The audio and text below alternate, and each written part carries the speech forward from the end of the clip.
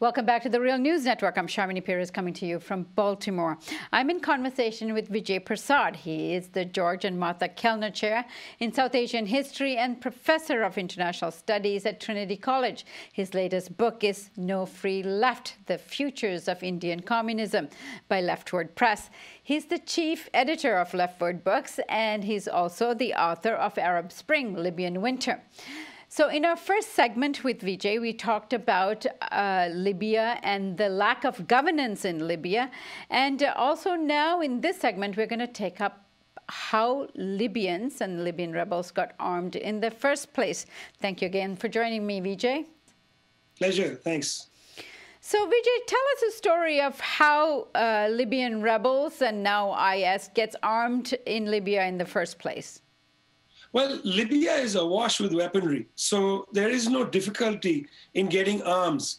It's also the case that when Ansar al-Sharia was formed after the NATO bombardment in Benghazi, they took control of a large amount of the ordnance of the Libyan army. You know, the Libyan army in Benghazi had very quickly defected to the side of the rebellion in 2011. So those arms were on the street almost immediately. The armory had been opened. The other thing to pay attention to is that, when these weapons came in, they came into the hands of people who had also been trained, not only in the civil war inside Libya, but many of them had been in a pipeline out to Chechnya, to Afghanistan, and then most recently through Turkey to Syria. So, these are not only people with arms, but they also know how to use them. And it's also the case that Libya has, in the last several months, become an attractive magnet for fighters from elsewhere. Just as Iraq was a place where the state had been destroyed, vanquished, and therefore there was a vacuum created, and in Syria it was also the case where the state withdrew from the north and created a vacuum. In the same way, Libya is a large vacuum. So foreign fighters have indeed come in, so that the man who spoke to the camera in the most recent, atrocity video from IS in Libya, he spoke with an English accent. He spoke English with a kind of strange, maybe an American tinge to his accent. There was Arabic subtitles beneath. So there are foreign fighters as well. These are people who know how to use weapons. There are weapons in front of them. And the third point here is that right after the NATO-backed overthrow of Gaddafi, there was a valorization in Libya of the Thuar, of the revolutionary. And this valorization was very dangerous because it allowed large sections of the population to believe they were heroic, to allow themselves to believe this was their country now, not the country of all Libyans. And this armed a group that was never demobilized, never asked to surrender their weapons, many of them are on for a permanent war.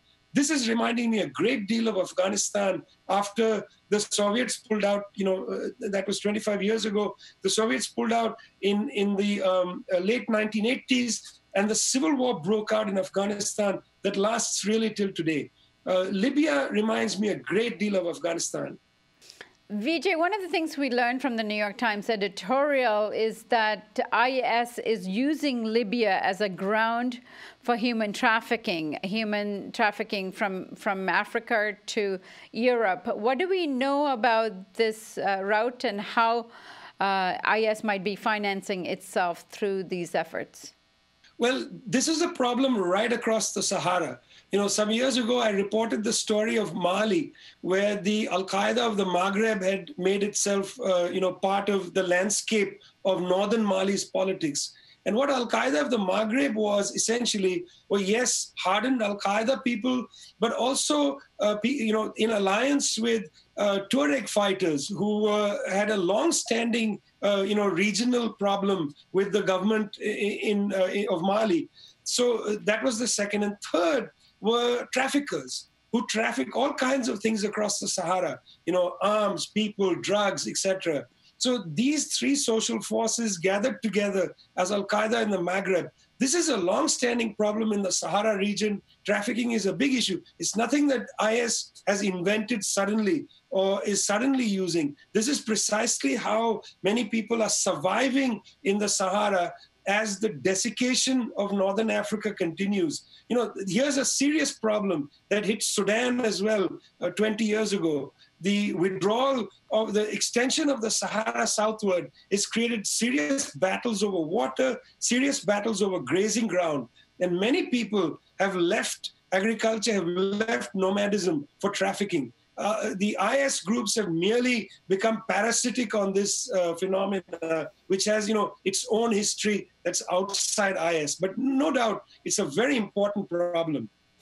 And Vijay, what avenues are there for a more peaceful, negotiated governance in Libya and also in terms of fighting back the IS at this point?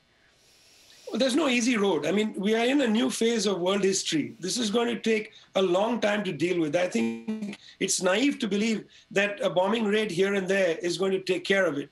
I mean, there has been a process underway in Northern Africa where the governments had met last year in Cairo. There were, discussions about this as a regional problem. And this is how it has to be seen. This is not merely a Libya problem. This is a problem linked to Mali. This is a problem linked to Algeria. This is a problem linked to the fact that, this region has been destabilized by a variety of forces, not only the NATO war in 2011, but also, forces of climate change. There's a lot of deep problems here. And I think a very superficial approach to it is not going to get to the heart of the matter. So there needs to be much more robust regional dialogue about the real crisis of the Sahara. Right. And finally, Vijay, is this war currently that Egypt is conducting on Libya legal? Is what's going on in terms of the UN and what they're saying about this action? Well, what is legality? I mean, everybody has become a cowboy. And, it seems that you can bomb anybody you'd like. The government in Tripoli, remember, Libya has two governments. So there's divided sovereignty. The government in Tripoli has said that this is an illegal bombing. Mustn't forget that the government in Tripoli is largely Muslim Brotherhood backed. And they very much oppose, President Sisi, who has been, of course, repressing the Muslim Brotherhood inside Egypt. The fear is that, if Egypt continues its bombing run, the policies within Egypt conducted by Mr. Sisi have deepened a sense of dismay in that country, which gives open season to the Islamic State inside Egypt. This is, of course, a great, threat. And I don't think the Egyptians are looking forward too much. They are conducting things, it seems to me, on a very narrow time frame. I think they need to really understand that the alienation of the Muslim Brotherhood inside Egypt is going to open doors for much more, dissent and dissatisfaction in that country, which is exactly what the Islamic State is looking to create. Very well, Vijay. Thank you so much for joining us today. Thanks a lot. And thank you for joining us on the Real News Network.